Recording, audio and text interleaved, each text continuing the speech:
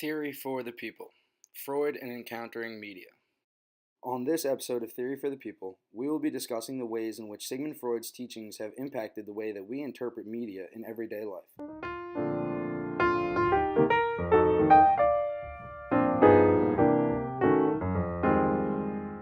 Sigmund Freud was born in 1856 in a remote location in the Austrian Empire. He is best known for his theory of psychoanalysis. Commonly, psychoanalysis refers to the method of treatment through dialogue between a patient and a psychoanalyst. But for this instance, we're going to look at Freud's incorporation of the id, the ego, and the superego, and how those three components affect the way we interact with media in everyday life. Freud's theory of psychoanalysis incorporates ideas of the conscious mind versus the unconscious mind and how they work together. Before we understand the id, the ego, and the superego, we must first understand the ways of the conscious and the unconscious mind. Our conscious mind contains all thoughts, memories, wishes, and feelings which we are aware of at any given moment. This thought process is the one which we can think and talk about rationally amongst our peers. Memory is often considered part of the conscious because although it is not always present, it can be retrieved immediately.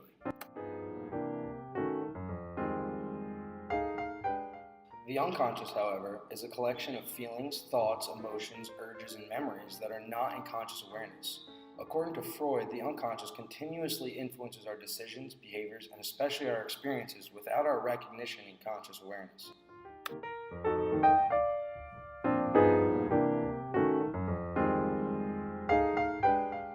Along with ideas of the unconscious and conscious mind, Freud incorporates the idea of the id, the ego, and the superego, which work together and individually to create what he calls our personality development.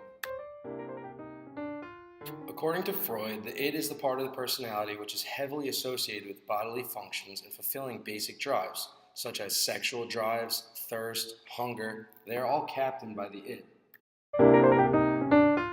Here we examine two id-activating advertisements where the company uses style choices to uncover the suppressed sexual desires of our id.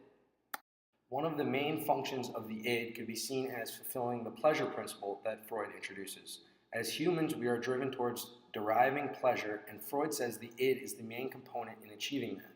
Let's look at a scene from The Wolf of Wall Street, where Jordan insists he will not die sober. This clip highlights the function of the id as it attempts to fulfill the pleasure principle even when death is near. Tip over! I am a master diver, you hear that? I'm a master diver, no one's gonna fucking die! I got you, dude. I got you, trust me, okay? I love you. I love you. Just hold on tight. Honey. Hold on, baby. Honey. Daddy! What? Hold on, baby. I don't want to die, Jordan! I did a lot of bad shit! I'm going to hell, Jordan! Fucked up! I fucked up so bad! Get the loads downstairs. What are you saying? Get the loads. I can't go down there! It's flooded! It's 3 feet of water down there! I will not die sober! Get those fucking loads! Okay! We see here that Jordan's id is breaking through to consciousness and insists he fulfill his pleasure principle over anything else. The id is recognized as a connection to our primitive instincts. Let us take a look at a Great Gatsby scene where the function of the id seems to command Jay's behavior. Say or steal or dream up. You gotta chase that. Girl like this. You shut up! Shut up! You shut up! Shut up! Shut up!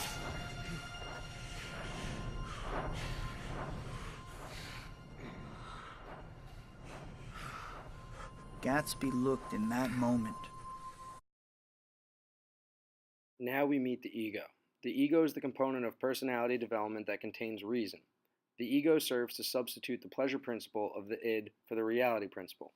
The ego works out realistic ways of satisfying the id's demands. In this scene, Spider-Man is faced with a tough decision. His id wishes to pursue a relationship with Mary Jane, but his ego allows him to realize that Mary Jane will never be safe if they are together. Then you know why we can't be together. Spider-Man will always have enemies. I can't let you take that risk.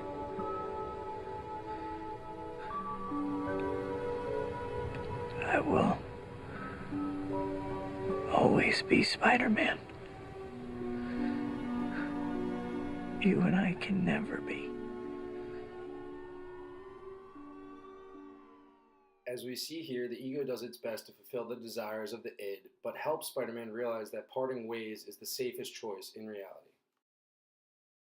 Finally, we meet the superego. The superego revolves around the morality principle of society. Freud says our superego develops based on teachings of morality from our caregivers. The main function of the superego is to control the id's desires based upon moral standards of society. In this clip from Batman: The Dark Knight, we see multiple examples of the superego at work. In this situation, the Joker has created two boats are filled with citizens. One has all convicts and criminals. The other is regular pedestrians, men, women, and children. Each boat has the choice to explode the other and save their own lives. We see the man's superego control his decision-making process when he decides it is not morally correct to decide the other boat's fates. He puts down the detonator.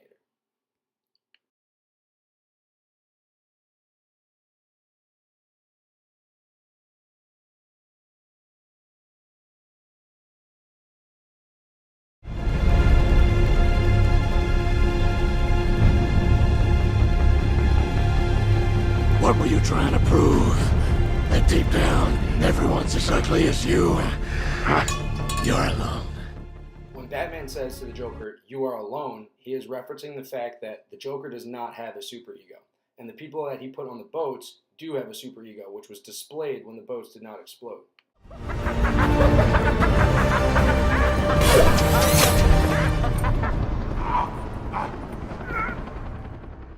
In the next scene, we are presented with a classic Batman vs. Joker battle. It seems like Batman is defeated until he's able to send the Joker plummeting off the side of the building. The display of the superego comes when Batman saves the Joker from falling to his death. Although this man is a terrible criminal and Batman's arch nemesis, Batman decides it is against his moral law to kill. Immovable object. You truly are incorruptible. When the Joker is saying that Batman is incorruptible, it seems that he is identifying that Batman's superego outweighs the other two components of his personality. Freud's theory of psychoanalysis changed the way we think about personality and behavior in general. The way Freud's teachings are represented in media stretch across all platforms. So next time you are watching or reading, keep an eye out for old Sigmund Freud and the id, ego, and superego. Thank you for turning into Theory for the People, featuring Sigmund Freud and the id, ego, and superego.